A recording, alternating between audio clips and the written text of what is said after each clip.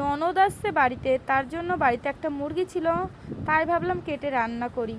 এদিকে আমরা তো কেউই কাটতে পারি না, আমার শাশুড়ি মা খুব সুন্দর মুরগি কাটতে পারে। এর আগেও যে কটা মুরগি কেটেছে না, আমার শাশুড়ি মাই কেটেছে। সুপ্রভাত, তোমরা সবাই কেমন আছো? আশা করি সবাই ভালো আছো। তোমাদের ভালোবাসায় আমিও ভালো আছি। আবারও চলে আসলাম একটা লং ভিডিও নিয়ে তোমাদের মাঝখানে। জানো তো, বাড়িতে কেউ আসলে খুবই আনন্দ লাগে। এদিকে তার জন্য তো শাশুড়ি মা ওদিকে মুরগি কাটতে বসে গেল। আমি ভাবলাম আমার পুচকু সোনাটাকে একটু ঘুম পাড়িয়ে আসি, নাইলে দুপুরবেলা খুবই বিরক্ত করবে। একে তো ওর শরীর ভালো না, তাই চলে গেলাম আমি পুচকু সোনাটাকে ঘুম পাড়াতে। ওদিকে শাশুড়ি মা মুরগি টুরগি কেটে রেখে দিয়েছে।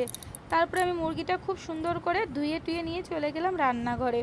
এবার রান্নাঘরে গিয়ে আমি বসে গেলাম কাটটা কুটতো করতে। জানো তো, মাংসর মধ্যে আলু না দিলে আমার তো ভালোই লাগে না। তোমাদের কার কার ভালো লাগে মাংসর মধ্যে আলু দিলে অবশ্যই কমেন্টে জানিও। তাই কয়েক পিস আলু কেটে নিলাম। এদিকে এক এক করে পেঁয়াজ, আদা, রসুন সব কিছু ছুলে নিয়ে বসে গেলাম পাটায় বাটতে। পাটায় বাটনা বাটা তো খুবই খাটনির কাজ, কিন্তু জানো তো কী করা যাবে, আমার তো মিক্সার মেশিন নেই। আর তাছাড়া পাটায় মশলা বাটা রান্নাটার কিন্তু খুব সুন্দর স্বাদ হয়। তাই প্রথমে আমি জিরেটা বেটে নিলাম, তারপরে আদা, পেঁয়াজ, রসুন এক এক করে সব বেটে নিয়ে লাস্টে লঙ্কা বাটতে বসলাম। আর এই লঙ্কা বাটা তো খুবই খাটনির কাজ, কারণ লঙ্কা বাটা যেমন তোমার হাত না খুব জ্বালা করে, কিন্তু কি করা যাবে, করতে তো হবেই, আমি ছাড়া করবেই বা কে।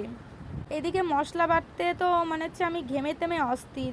আজকে না প্রচণ্ড গরমও পড়েছে, তাই ভাবলাম মশলা বেটে আগে স্নানটা করে আসি। স্নান করার পর চলে গেলাম মাথা আঁচড়াতে। মাথা টাথা আঁচড়িয়ে এক চিমটে সিঁদুর পরে, জানো তো আমরা মেয়েরা যতই সাজিগুজি যাই করি না কেন, এক চিমটে সিঁদুরই যেন আমাদের সৌন্দর্যটা আরও বাড়িয়ে দেয়। এদিকে তাই মাথা টাথা আঁচড়ে চলে গেলাম রান্নাঘরে রান্না করতে। রান্নাঘরে গিয়ে প্রথমেই আমি আলুটা সুন্দর করে লাল লাল করে ভাজতে লাগলাম।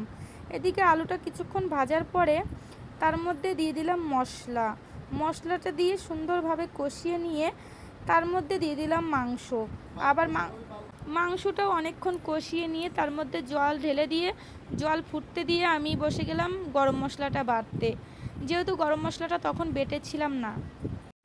এদিকে জানো তো, আমার ননদরা খুব একটা আমাদের বাড়ি আসে না, তাও ননদ আগের থেকেই বলেছে আমার জন্য কিছু করবে না। তাই কি কোনো হয় বলো, এতদিন পরে আসছি, একটু কিছু না করলে হয়? যাই হোক, তোমাদের সঙ্গে কথা বলতে বলতে আমার রান্নাটা তো হয়েই গেছে। তরকারিটা নামিয়ে নিয়ে বললাম সবাইকে খেয়ে নিতে। আমার ননদ বলল আমি এখন খাবো না, তাই আমি আর আমার ননদ পরে খেতে বসলাম। তোমাদের যদি আমার ভিডিওগুলো ভালো লাগে অবশ্যই একটু ভালোবেসে সবাই লাইক কমেন্ট করে পাশে থেকো। ওদিকে আমি মাংস খেতে গিয়ে মনে হচ্ছে আমার দাঁতই ফুলে পড়ে যাবে। দেশি মুরগি না প্রচণ্ডই শক্ত।